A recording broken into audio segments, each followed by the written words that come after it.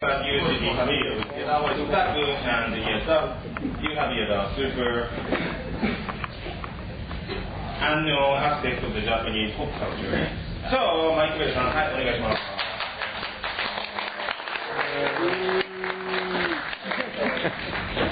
While everyone else was picking a lot of really serious topics, I decided to pick something that got me interested in Japanese to begin with, which was anime and video games. Like a lot of people, I'm sure some of it. Actually, let's start out with that way. How many of you have played video games before? Ever?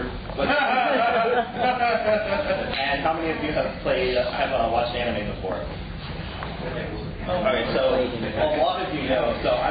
But I'm still going to go on the assumption that you've never heard of either before. So just to keep it safe,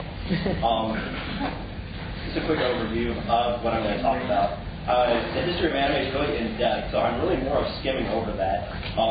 Feel free to, pester me about, really insinuous details if you'd like. But the history of anime, and then we're going to go into what animes are, kind of popular today and how they're affecting other parts of the world, because they've branched far outside of Japan at this point.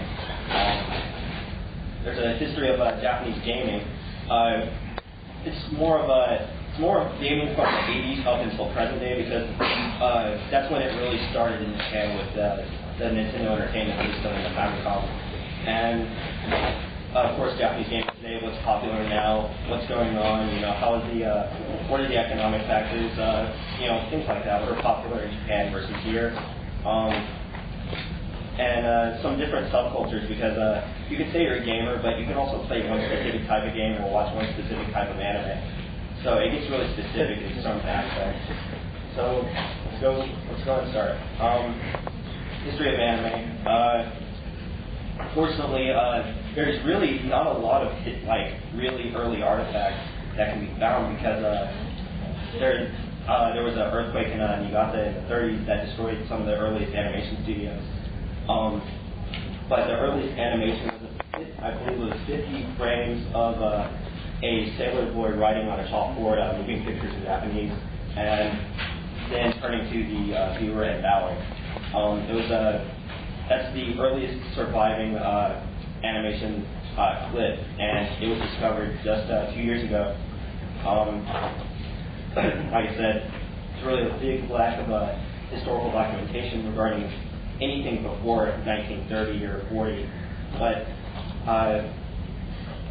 those animators who worked with the original animation studios moved out and started to develop their own companies, since the damage was so extensive that the companies went bankrupt and people were forced to start anew.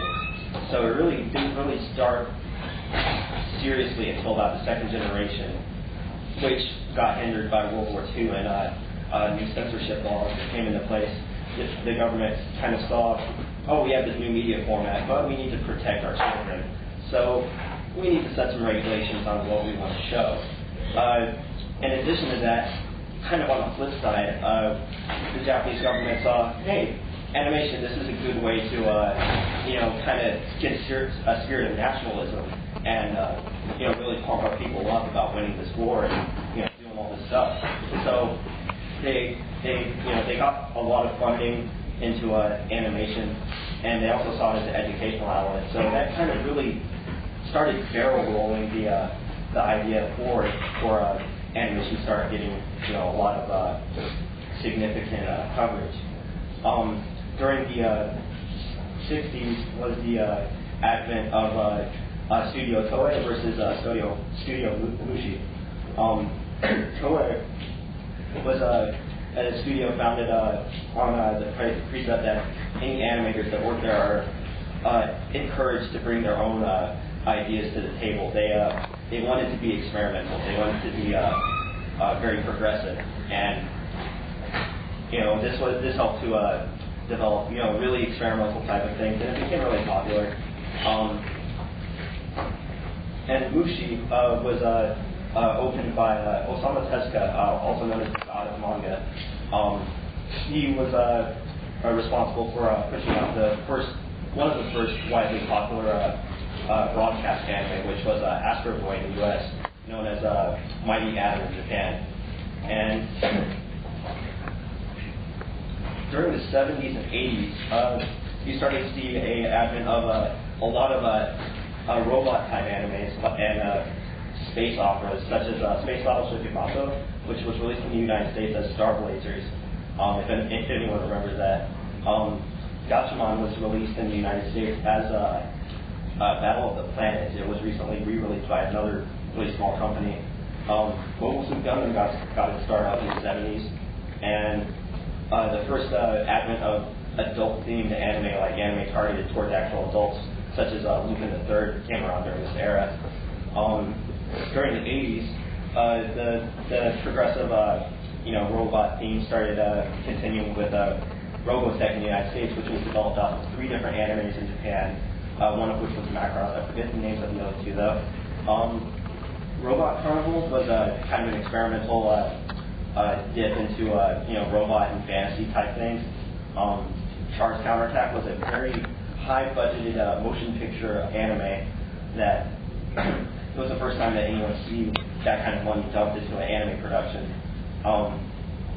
Also, really popular over here that started helping to bring a Western focus towards anime was Akira, which I remember seeing commercials for it like about 10 years ago, and a lot of people really thought it was really popular because of the really dark sci-fi themes and really just things that you wouldn't see in normal Western type animation. So it naturally brought a lot of curiosity from a lot of Americans and Europeans.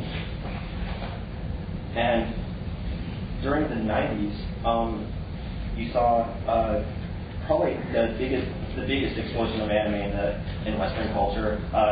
Dragon Ball Z started around this time. Really long-running, 250 plus series episode anime. It was also a time for Evangelion, which is, I don't know, a lot of people consider it to be one of the more popular animes in the timeline of all anime. It also helped to push the boundaries for Japanese censorship laws. It had extreme violence and some really controversial scenes that, after the series had aired, really forced the Japanese television industry to clamp down and revise their censorship standards. Pokemon started around this time.